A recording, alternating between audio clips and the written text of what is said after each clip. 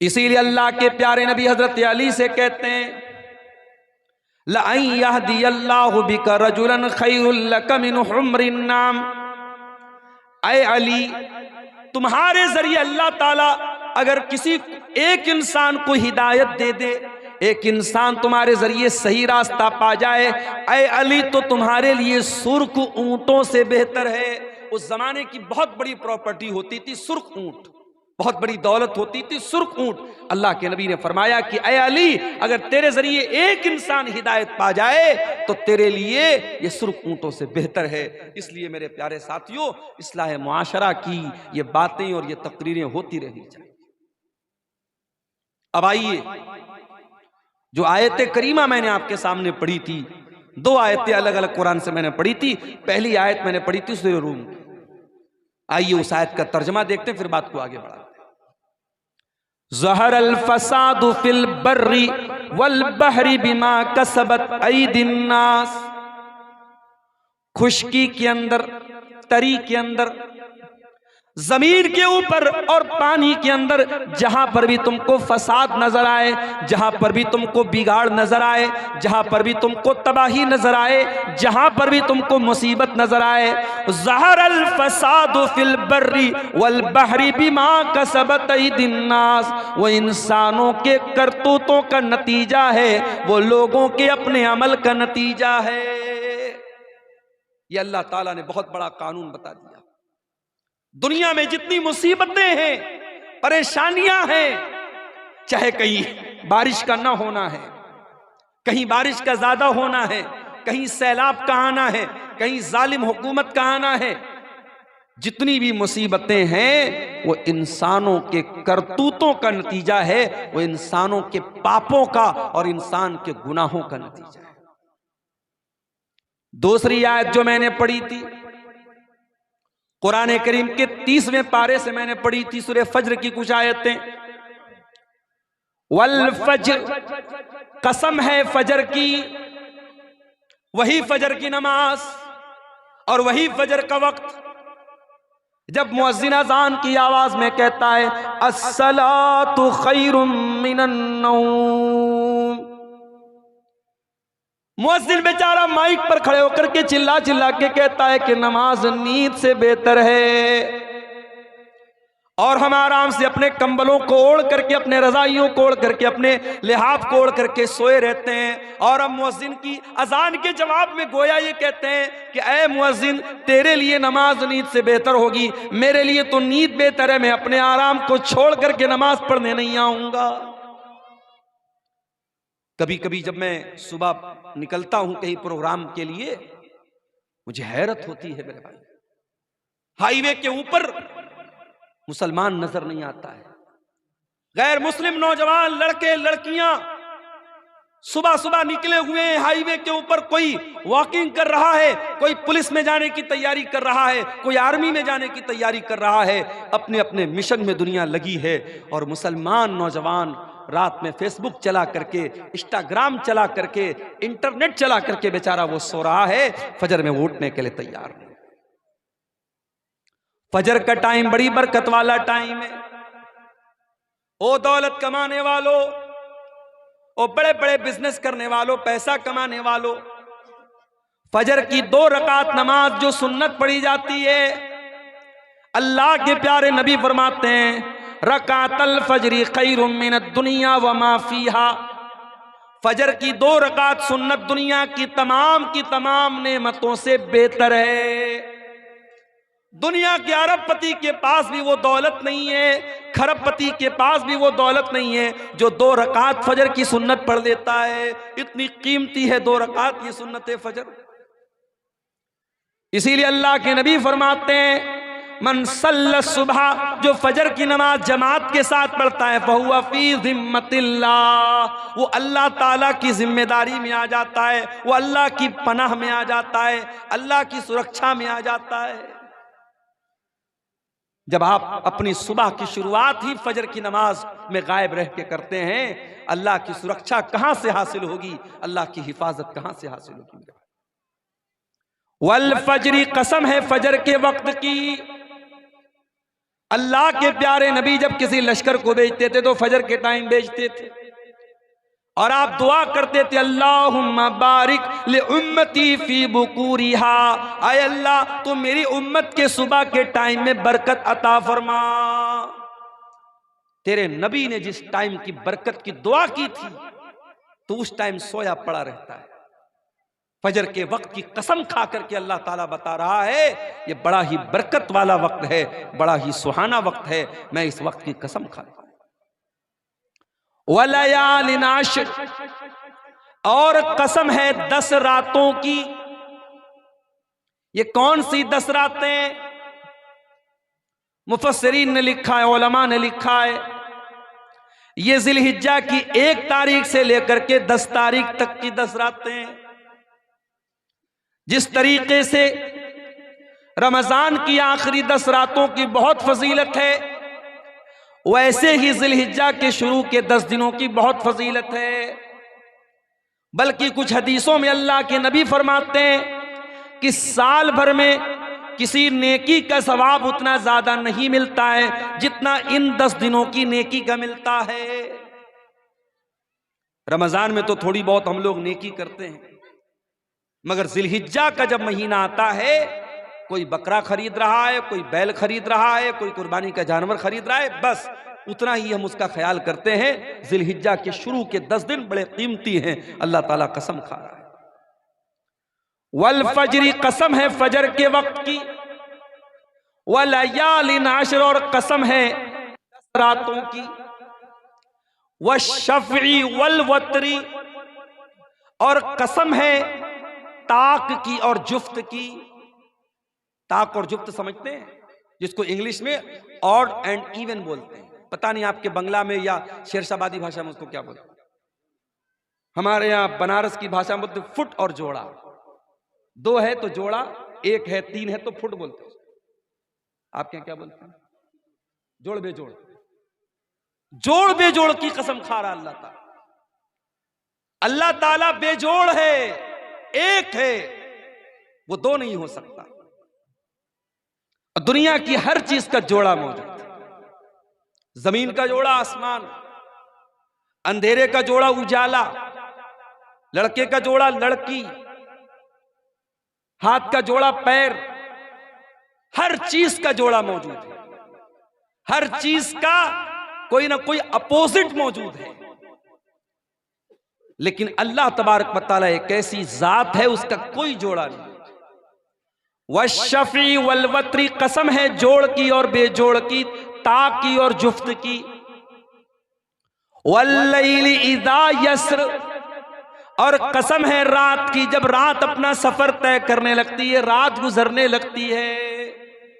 आज की रात भी गुजर रही है। मैं आपके इलाके में अभी आ रहा था, मेरी अहलिया का फोन आया, बात होने लगी, पूछ रही थी पहुंचे नहीं पहुंचे। अचानक जैसे 12 बजा घड़ी में तेज तेज पटाखे की आवाज आने लगी। मेरी अहलिया कहने लगी लग रहा है कोई बारात वारात आई है, कोई मामला है। मैंने कहा बारात वारात नहीं आई है, 31 दिसंबर की रात है आज। सारी दुनिया में जश्न मनाया जा रहा है, नए साल का इस्तकबाल हो रहा है। कैसे? शराब पी करके, आतिशबाजी करके, जिना करके, नंगी औरतों को नचा करके, होटलों में अय्याशी करके ये नया साल का जश्न मनाया जा रहा है। और ये नया साल का जश्न सिर्फ ईसाई नहीं मना रहा है, सिर्फ क्रिश्चियन नहीं मना रहा है, सिर्फ अंग्रेज नहीं मना रहा है, ये ला इलाहा इल्लल्लाह और मुहम्मदुर रसूलुल्लाह पढ़ने वाला भी मना रहा है। अरे नादान, तेरी जिंदगी की दीवार से एक और ईंट गिर गई। तो 2024 में 24 साल का था, 2025 आया, तू 25 साल का हो गया। तू अपनी मौत से एक कदम और करीब हो गया। तेरी जिंदगी की किताब से एक पेज और फाड़ लिया गया। तेरी जिंदगी की दीवार से एक और ईंट छीन ली गई और तू सेलिब्रेट कर रहा है, तू शुभकामनाएं दे रहा है, तू मैसेजेस कर रहा है। नए साल की रात में मैसेज काम नहीं करता। आपको याद होगा, कंपनियों का मैसेज आ जाता है कि भाई आज की रात मैसेज काम नहीं कर रहा है। इतना ज्यादा लोग SMS भेज रहे हैं, इंटरनेट काम करना बंद कर देता है कभी कभी, इतना रश हो जाता है इंटरनेट के ऊपर। वल्लैलि इज़ा यस्र, कसम है रातों की, रात अपना सफर तय कर रही है। यही रात है कोई होटल में नाच रहा है और आप बगला डांगी के इस जलसे में, इस पिंडाल के नीचे बैठ करके अल्लाह और उसके रसूल की बातों को सुन रहे हैं। कोई अल्लाह का बंदा ऐसा भी होगा जो रात के इस सन्नाटे में बैठ करके अल्लाह की बारगाह में दुआएं कर रहा होगा। कोई अल्लाह का बंदा ऐसा भी होगा जो तहज्जुद की नमाज पढ़ रहा होगा। कोई अल्लाह का बंदा ऐसा भी होगा जो अपने गुनाहों पर शर्मिंदा होकर के अल्लाह से माफी मांग रहा होगा, अल्लाह से तौबा कर रहा होगा, अपने गुनाहों पर रो रहा होगा। वल्लैलि इज़ा यस्र, कसम है रात की जब वो अपना सफर तय करती है। रात चलती रहती है, रात चल रही है और रात में लोग अपना अपना काम कर रहे हैं। हल फी ज़ालिका क़समुल लिज़ी हिज्र, ऐ मेरे बंदो मैं फजर की कसम खा रहा हूं, मैं 10 रातों की कसम खा रहा हूं, मैं ताक और जुफ्त की कसम खा रहा हूं, मैं मुख्तलिफ चीजों की कसम खा रहा हूं। हल फी ज़ालिका क़समुल लिज़ी हिज्र, क्या किसी अक्लमंद को इस कसम के अंदर कोई अहमियत नजर आती है? क्या ये कसम अक्लमंदों को दावते फिक्र दे रही है? क्या अक्लमंद लोग गौर कर रहे हैं कि अल्लाह कसम क्यों खा रहा है? अलम तरा कैफ़ फ़अल रब्बुका बिआद, क्या तुमने नहीं देखा कि अल्लाह ताला ने कौम आद के साथ क्या किया? ये कौम आद कौन सी कौम थी? ये लंबे तड़ंगे लोग होते थे, ऊंची ऊंची हाइट होती थी इनकी, पहाड़ों को पर अपना घर बनाते थे और बड़ी ताकतवर कौम थी ये। मारे ताकत के कहा करते थे मन अशद्दु मिन्ना कुव्वा, हमसे ज्यादा ताकतवर कौन है, हमसे ज्यादा शक्तिशाली कौन है, हमसे ज्यादा सुपर पावर कौन है? अल्लाह कह रहा है तुमने देखा नहीं हमने कौम आद के साथ क्या किया? इरम ज़ातिल इमाद, ये बड़े बड़े लंबे पिलर वाले मकान बनाते थे। अल्लती लम युखलक मिस्लुहा फिल बिलाद, इतनी ताकतवर कौम पैदा नहीं की गई। अल्लती लम युखलक मिस्लुहा फिल बिलाद, ऐसी कौम दुनिया में कभी पैदा नहीं की। व समूद अल्लज़ीना जाबुस सख्र बिलवाद, क्या तुमने नहीं देखा कि हमने कौम समूद के साथ क्या किया? जो कौम समूद पहाड़ों को काट काट करके मकान बनाया करती थी। वह फिरऔन ज़िल औताद, और क्या तुमने नहीं देखा कि फिरौन का क्या अंजाम हुआ? जो ना मानने वालों को, जो फिरौन के आगे सजदा नहीं करते थे, जो फिरौन की बात नहीं मानते थे, उनके हाथों और पैरों में कीले ठुकवा करके उनकी जान ले लेता था, उनको मार डालता था। ये बड़ी बड़ी जालिम कौमें थी, कौम आद, कौम समूद और फिरौन। अल्लाह ने फरमाया अल्लज़ीना तगौ फिल बिलाद, ये वो लोग थे जिन्होंने अल्लाह की धरती पर बहुत फसाद किया, बहुत गुनाह के काम किए, बहुत पाप किए, बहुत अल्लाह की नाफरमानी की। फ़अक्तरू फ़ीहल फसाद, इन्होंने बहुत ज्यादा जमीन के अंदर फसाद मचाया। फ़सब्ब अलैहिम रब्बुका सौत अज़ाब, अल्लाह ने इनके ऊपर अपने अजाब का कोड़ा बरसा दिया। आज अल्लाह के अजाब का कोड़ा हम पर बरस रहा है मेरे भाई, हम रो रहे हैं। हमारी मस्जिदें अल्लाह निशाने पर है जालिम, हमारी मस्जिदों पर ताले लगने की नौबत आ रही है, हमें डराया जा रहा है। कल अल्लाह पूछेगा कयामत के दिन, अरे तू मस्जिदों की क्या बात करता है मेरे बंदे? तेरे गांव की मस्जिद में मुअज्जिन 5 टाइम अजान देता रहा, तो 5 टाइम अपने अल्लाह के घर में, अपने मोहल्ले की, अपने गांव की मस्जिद में तू नमाज पढ़ने नहीं जाता था। तुझे क्या मस्जिद का दर्द था? अल्लाह पूछेगा तो हम क्या जवाब देंगे? दिल्ली की जामा मस्जिद में अभी एक फेसबुक पर एक रील आई, एक गैर मुस्लिम लड़का, एक मुसलमान, हालांकि लड़का लड़की दोनों गैर मुस्लिम थे, मगर उसमें उन्होंने एक्टिंग की, एक रील बनाई जिसमें यह दिखाया गया कि एक गैर मुस्लिम लड़के को मुसलमान लड़की से प्यार हो गया। आजकल ये भी चल रहा है ना, मुसलमान लड़कियों को फंसाने के लिए इस तरीके की मूवी बनाई जा रही है और रील्स बनाई जा रही है ताकि मुसलमान लड़कियां अट्रैक्ट हो जाएं इन सब चीजों की तरफ। जामा मस्जिद दिल्ली के अंदर वो वीडियो वायरल हुआ है, इंटरनेट के ऊपर कि बाकायदा एक बेहुदा किस्म का वीडियो बनाया जा रहा है और वो भी मस्जिद के अंदर। दिल्ली की कुछ मस्जिदें तो ऐसी हैं जो खंडर बन गई हैं। किसी जमाने में मस्जिद थी, अब खंडर बन गई है और वो लवर पॉइंट बन गया है। लड़का लड़की वहां जाकर के मिलते जुलते हैं और प्यार मोहब्बत की और इश्क आशिकी की बातें करते हैं। अल्लाह पूछेगा कयामत के दिन कि क्या मस्जिदें इस मकसद के लिए थी, अय्याशी का अड्डा बनाने के लिए, पिकनिक स्पॉट बनाने के लिए? तूने अपने मोहल्ले और गांव की मस्जिदों की फिक्र नहीं की। और तेरे मुल्क में कितनी मस्जिदें ऐसी थी जिनको तू नमाज से आबाद कर सकता था, तूने नहीं किया। तू क्या रोना रोता है मस्जिदों का? फसब्बा अलैहिम रब्बुका सौता अज़ाब। अल्लाह कह रहा है कि तुम्हारे रब के अजाब का कोड़ा उन कौमों के ऊपर बरसा है जिन्होंने अल्लाह की नाफरमानी की।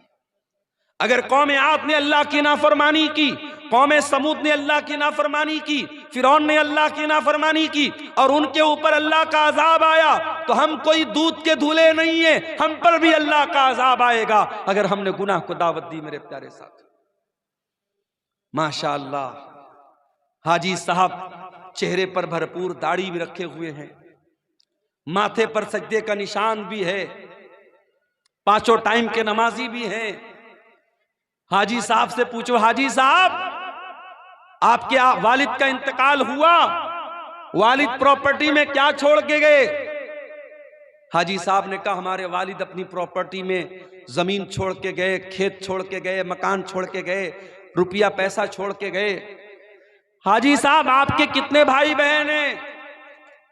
हम लोग 2 भाई हैं, 3 बहनें हैं। हाजी साहब आपने अपनी बहनों को अपने बाप की वरासत में, अपने बाप की प्रॉपर्टी में, अपने बाप के तरके में से हिस्सा दिया? हाजी साहब का मुंह बंद। नहीं, बहन को तो नहीं दिया। भाई के साथ बंटवारा कर लिया, बहन को नहीं दिया। बहन को क्या दिया?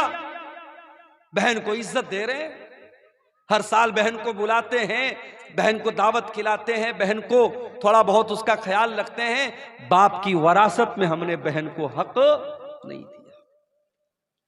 हाजी साहब आप कौन से मसलक को मानते हैं? अल्हम्दुलिल्लाह पक्का अहले हदीस हूं। हाजी साहब हाथ कहां बांधते? सीने पर बांधता हूं। आमीन आहिस्ता बोलते हैं कि जोर से? बिल्कुल जोर से बोलता हूं। हाजी साहब नमाज में खड़े होते तो पैर से पैर मिलाते कि नहीं मिलाते? बिल्कुल मिलाता हूं, मैं अहले हदीस हूं, पक्का अहले हदीस हूं। हाजी साहब नमाज में अहले हदीस है, हाजी साहब दाढ़ी के मामले में अहले हदीस है, हाजी साहब नमाज के मामले में अहले हदीस हैं। लेकिन बहन और बेटी का हक देने की बात आई तो हाजी साहब वही करते हैं जो समाज में होता चला है। मेरे प्यारे साथियों, अल्लाह ताला ने बाकायदा एक सिस्टम बनाया है कि किसी के मरने के बाद उसकी प्रॉपर्टी में, उसकी जमीन में, उसकी जायदाद में कौन कौन वारिस होगा। और शरीयत ने बाकायदा उसका कानून बनाया है जिसको इस्लाम का निज़ाम मीरास कहते हैं, इस्लाम का कानून वरासत कहते हैं। अगर आपको इसको जानना है तो कुरान की सूरह निसा की जाकर के तिलावत कर लीजिए। सूरह निसा की सिर्फ 3 आयतों में अल्लाह ताला ने पूरा इस्लाम का सिस्टम ऑफ इनहेरिटेंस, वरासत का जो कानून है अल्लाह ने बयान किया। और अल्लाह ताला ने जब वरासत का कानून बयान किया तो क्या फरमाया?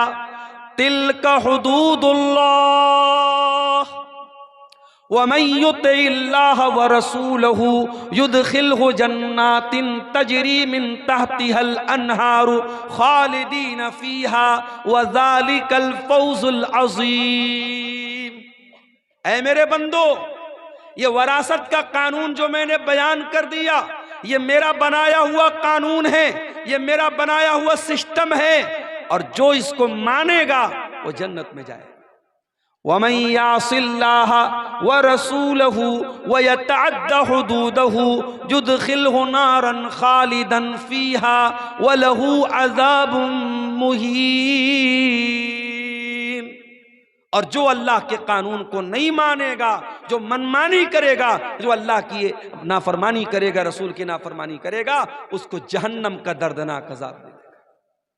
हाजी साहब आपका हज बर्बाद हो जाएगा, आपका उम्रा बर्बाद हो जाएगा, आपकी नमाजें आपके मुंह पर मार दी जाएंगी, आपकी इबादतें बर्बाद हो जाएंगी। अल्लाह पूछेगा तेरे बाप की प्रॉपर्टी में तेरी बहन का हक था कि नहीं था, मैंने कुरान में बताया था कि नहीं बताया था, मेरे नबी ने हदीसों में बताया था कि नहीं बताया था। हाजी साहब आप अल्लाह को क्या जवाब देंगे? बताओ मेरे प्यारे साथियों, क्या ये समाज की कड़वी हकीकत नहीं है कि आज हम वरासत के मामले में इस्लाम को फॉलो नहीं करते? वरासत के मामले में हम समाज को फॉलो करते हैं। बहन की शादी है, हम जहेज देते हैं जबकि जहेज का सबूत नहीं है। बेटी की शादी हम जहेज देते हैं जबकि जहेज का सबूत नहीं है। और जब वरासत की बात आती है तो हम कहते हैं अरे हमने तो लड़की की शादी में इतना जहेज दिया था। जहेज जो कि गलत चीज है उसको बुनियाद बना करके इस्लाम का जो वरासत का कानून है उसकी हम मुखालफत करते हैं। मेरे प्यारे साथियों, ये दौरे जाहिलियत का तरीका था। जब वहां बाप मरता था तो जो छोटा बच्चा होता था, जो यतीम बच्चा होता था, जो छोटे भाई होते थे, उनको जमीन जायदाद में कोई हक नहीं मिलता था। जो बड़े लोग होते थे, जो पावरफुल होते थे, वो जमीन जायदाद पर कब्जा कर लेते थे। इस्लाम का कानून तो इतना सख्त है, अगर मरने वाले का कोई बच्चा उसकी बीवी के पेट में पल रहा है, मरने वाले का जब इंतकाल हुआ, एक लड़का 60 साल का था, उसका एक लड़का 40 साल का था, उसका एक लड़का 30 साल का था, उसका एक लड़का भी उसकी बीवी के पेट में है। मैं मिसाल दे रहा हूं एक। शरीयत क्या कहती है? बाप मर गया, उसका अगर कोई बेटा 60 साल का भी है, कोई 40 साल का भी है, कोई 30 साल का भी है, कोई उसकी बीवी के पेट में अभी पल रहा है, जब वो बच्चा पैदा होगा तो जितना हिस्सा 60 साल वाले को मिलेगा, जितना हिस्सा 30 साल वाले को मिलेगा, जितना हिस्सा 20 साल वाले को मिलेगा, उतना ही हिस्सा, उतना ही हक उस बीवी के पेट से पैदा होने वाले बच्चे को भी मिलेगा। यह है अल्लाह का बनाया हुआ काम, यह अल्लाह का बनाया हुआ निजाम है। ताकत के बल पे और अपने जिस्मानी ताकत के बल पर कोई अपने बाप की वरासत नहीं पाता है, बल्कि रिश्ते की बुनियाद पर जो मरने वाले से जितना करीब है और जिसका जैसा रिश्ता है उस हिसाब से उसका हिस्सा बनता है। और आगे बढ़िए, इसी समाज में हम देखते हैं लड़की पैदा हुई, बाप की पेशानी पर बल पड़ गए, ये लड़की कहां से आ गई? हालात ये हैं, गवर्नमेंट की स्कीमें आती हैं। अभी प्राइम मिनिस्टर साहब की एक स्कीम चल रही है, सुकन्या समृद्धि योजना। लड़कियों के नाम पर पैसा इकट्ठा करो, जब वो 20 साल की हो जाएं, शादी के काबिल हो जाएं, तो आपके पास अच्छा खासा पैसा हो जाए। यानी कहीं ना कहीं समाज में ये सोच मौजूद है कि लड़की आई है तो एक बोझ बन के आई, बेटी पैदा हुई तो माँ बाप के माथे पर बल पड़ गए। ये मुसीबत कहां से आ गई? कल जब ये लड़की जवान होगी हमें इसकी शादी करना पड़ेगा, इसके जहेज का इंतजाम करना पड़ेगा। इस जहेज की रस्म ने कितनी बच्चियों की मेरे प्यारे साथियों जान ले ली। गरीब बाप अपनी बेटी के जहेज का इंतजाम नहीं कर पा रहा है, बाप चिंता में जिंदगी गुजार रहा है, बेटी चिंता कर रही है कि मेरा बाप कब मेरी शादी करेगा। बेटे तो कभी कभी खुल के बोल देते हैं बाप से, मेरी शादी कराइए। बेटा कुछ करे या ना करे, कमाए या ना कमाए, शादी के काबिल हो गया तो बाप को जाके सुना देगा मेरी शादी क्यों नहीं करा रहे। बेटी तो नहीं सुनाती ना, बेटी तो शर्माती है। बेटी 25 साल की हो गई, 30 साल की हो गई, 35 साल की हो गई, अब तो रिश्ते नाते आने भी बंद हो गए। मेरे प्यारे साथियों, इस जहेज की रस्म की वजह से कितनी लड़कियों की जवानी बर्बाद हो गई, उनको रिश्ते नहीं मिल रहे हैं। और एक बात बोलूं आपसे, अगर आप जहेज को रोकना चाहते हैं तो आप सिर्फ लड़की वालों को, ये लड़के वालों से के कहने से ये काम नहीं चलेगा कि आप जहेज मत लीजिए। लड़की वालों की भी जिम्मेदारी है कि वो दीनदारी देख करके शादी करें।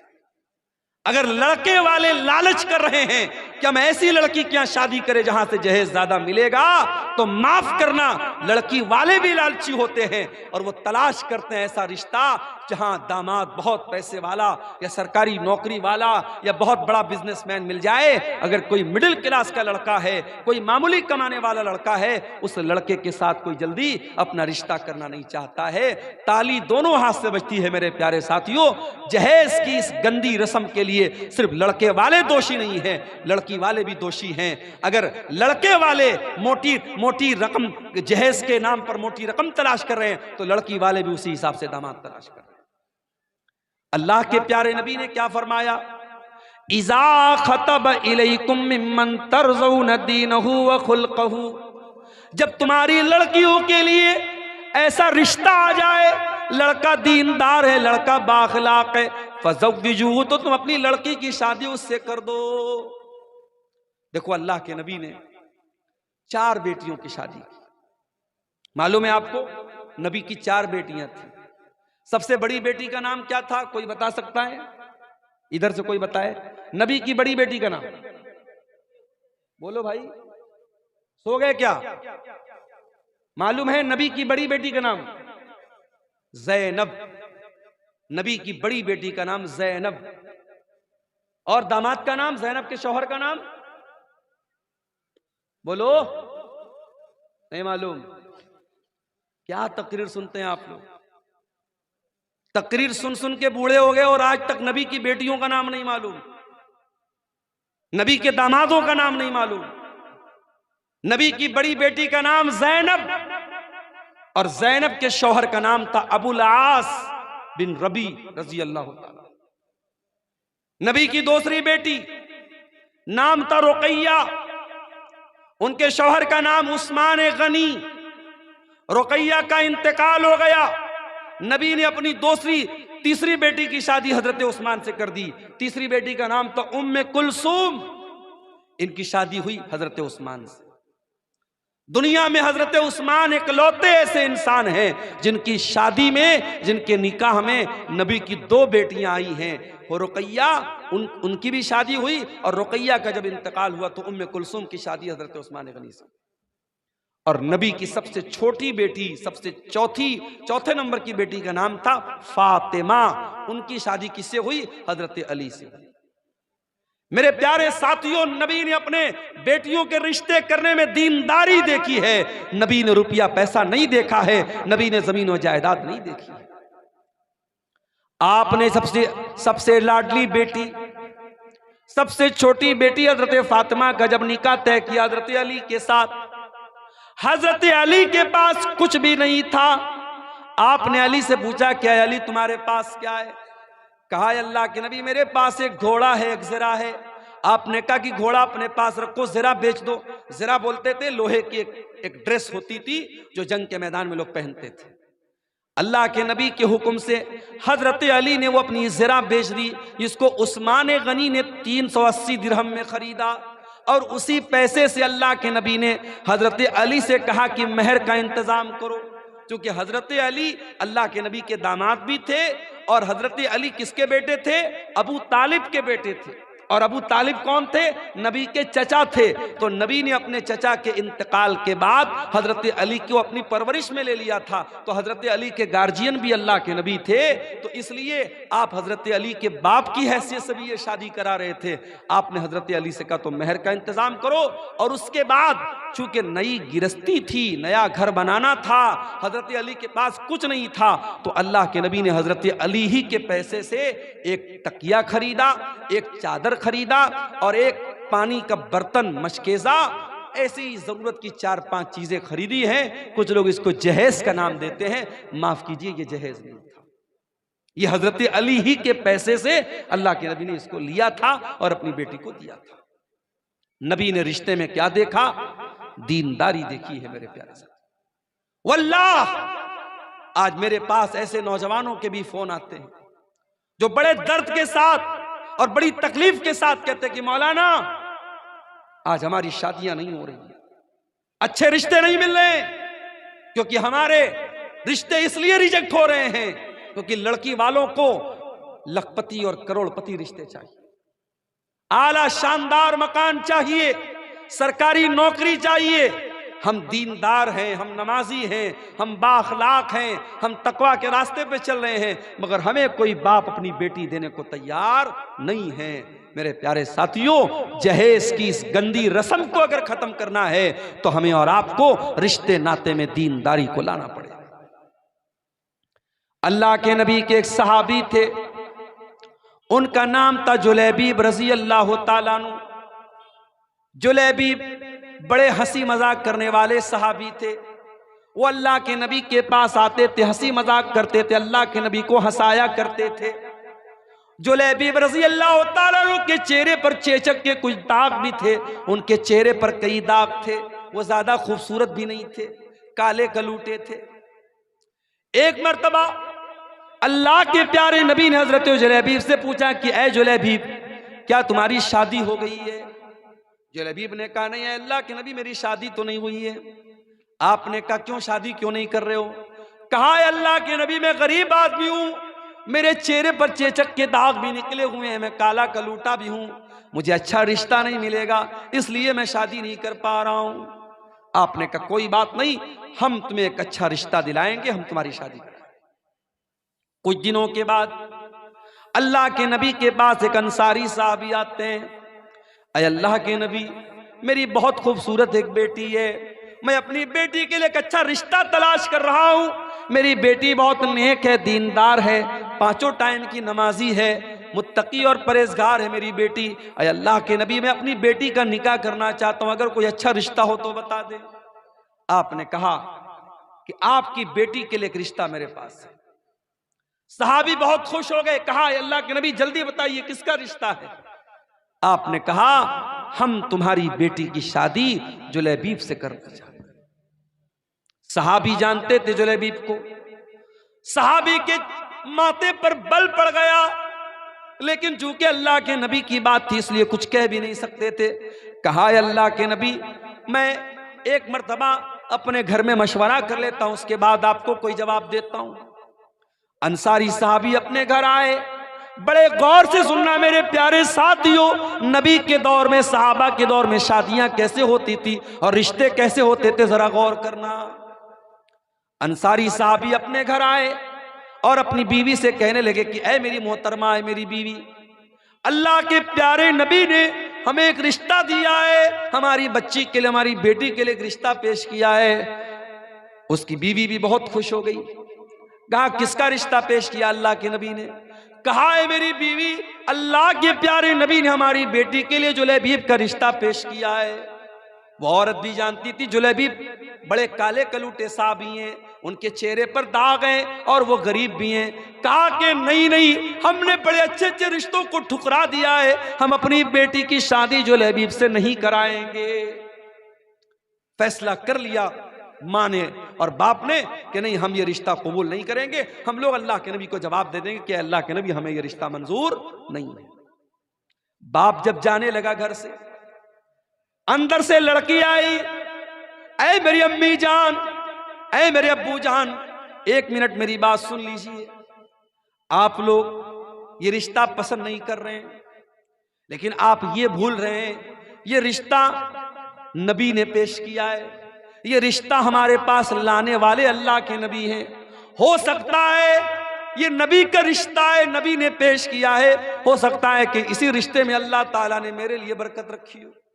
ऐ मेरे अब्बू जान, आप मेरी शादी उसी से करा दीजिए जिसके साथ अल्लाह के नबी ने रिश्ता पेश किया है, मैं तैयार हूं। अल्लाह अकबर। उस दौर की औरतें भी कैसी होती थी। आज तो कितने नौजवानों का रिश्ता जब फोटो